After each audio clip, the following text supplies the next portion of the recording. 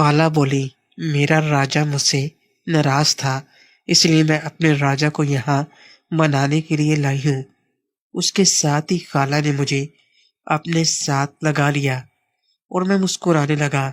میں نے کہا، خالہ کرایہ دار کہاں ہے؟ خالہ بولی، یہ خالہ کون ہے؟ تم کو شرم نہیں آتی مجھے خالہ بولتے ہوئے؟ کیا خالہ کے ساتھ یہ سب کیا جاتا ہے؟ میں نے کہا، سوری میری جان نرگس، ابھی میں نے اتنا ہی کہا تھا کہ خالہ نے اپنا کام کرنا شروع کر دیا اور بولی، جی نرگس کی جان، ایسے ہی مجھے بلاؤ، تم ہی میرے سب کچھ ہو، میں اور کسی کی نہیں بن سکتی۔ تم نے دیکھا نا نجمہ کا دلہا کیسا ہے؟ کاش میں بھی سب کو بتا سکتی کہ میرا دلہا بھی دیکھو۔ پھر خالہ نے اپنا چہرہ اوپر کیا اور میری آنکھوں میں دیکھتے ہوئے بولی، میرا دلہا تو سب سے خوبصورت ہے۔ میرے دلہے، آج یہاں کوئی بھی نہیں ہے، میں نے تمہارا بہت انتظار کیا ہے، تم آئے بھی اور رابعہ کے ساتھ سو گئے۔ ابھی بولنے ہی والا تھا، منہ سے نکلا، آپ کو پتہ ہے رابعہ؟ تب خالہ بول پڑی، اس کا نام نہ لو، بس اپنی بات کرو۔ خالہ مسلسل اپنا کام کرے جا رہی تھی۔ میں پوری طرح سے تیار ہو چکا تھا۔ میں نے خالہ سے کہا، اچھا ہوا یہاں چارپائی پڑی ہے۔ تب خالہ بولی، میں انتظام کر کے آئی تھی، اور شوپر سے ایک چادر نکالی اور کہا، یہ دیکھو، اگر چارپائی نہ بھی ہوتی تو چادر تھی۔ تب خالہ نے اپنا ایک ہاتھ چھوٹو میاں پر رکھا اور بولی، یہ تو بڑا ہو گیا ہے۔ میں نے بھی اپنا ہاتھ پیچھے لے گیا اور کہا، یہ بھی پہلے سے بڑی ہو گئی ہے۔ خالہ میرے ساتھ لگی ہوئی تھی، مجھے پتا تھا اب کیا ہونے والا ہے۔ یہی سوچ سوچ کر میں اندر ہی اندر خوش ہو رہا تھا۔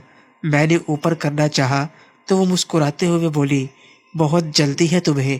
تو میں نے کہا، تو کیا نہ کروں؟ آپ کو کوئی اعتراض ہے؟ تو پھر مصنوعی غصے سے بولی، یہ آپ کون ہے؟ میں ان کی بات سمجھ گیا اور اپنا کام کرنے لگا۔ اس کے بعد ہم دونوں قدرتی لباس میں آ گئے۔ خالہ بہت خوبصورت لگ رہی تھی۔ میں ان کے پیچھے کھڑا ہو گیا اور اپنے ہاتھ آگے گھمانے لگا۔ کبھی میں اپنا ہاتھ اوپر لے جاتا، کبھی نیچے کشتی کی طرف لے جاتا۔ میں نے کہا، لگتا ہے خالہ اب آپ اس کو صاف رکھتی ہو۔ تب خالہ بولی، مجھے نام سے بلاؤ نا۔ خالہ کیوں بلا رہے ہو؟ اس ٹائم میں تمہاری خالہ نہیں ہوں۔ کوئی اپنی خالہ کے ساتھ ایسا کرتا ہے؟ میں نے کہا، اب نہیں کہوں گا۔ خالہ، پھر کیا کہو گے؟ میں نے کہا، آپ کا نام لوں گا۔ پھر بولی، آپ بھی نہیں کہنا۔ میں نے کہا، نرگس کب کی ہے؟ نرگس بولی، کیا صاف کی ہے؟ میں نے کہا، پہلے تو بال ہوتے تھے۔ نرگس بولی، مجھے پتا ہے تم کو یہاں بال پسند نہیں، اس لیے اب میں صاف رکھتی ہوں۔ میں نے بھی محسوس کیا میری انگلیاں ہو رہی تھی۔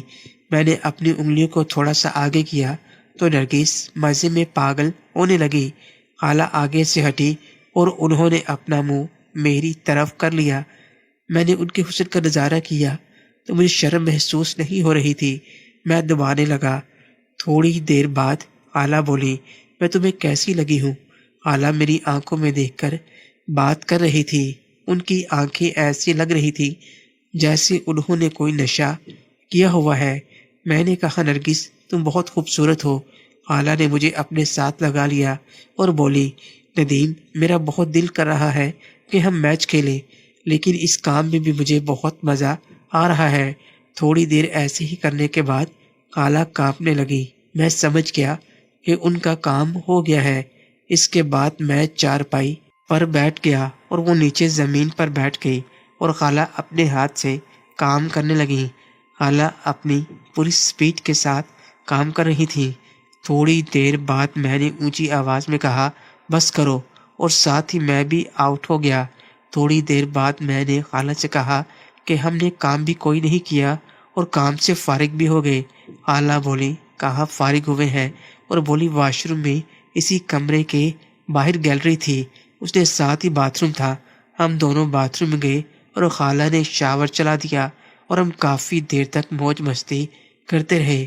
اس کے بعد ہم باہر آ گئے۔ خالہ بولی، اب کیا پروگرام ہے؟ میرا دل ہے خالہ۔ میں نے کہا، جو پروگرام ہے میری دلہن کا۔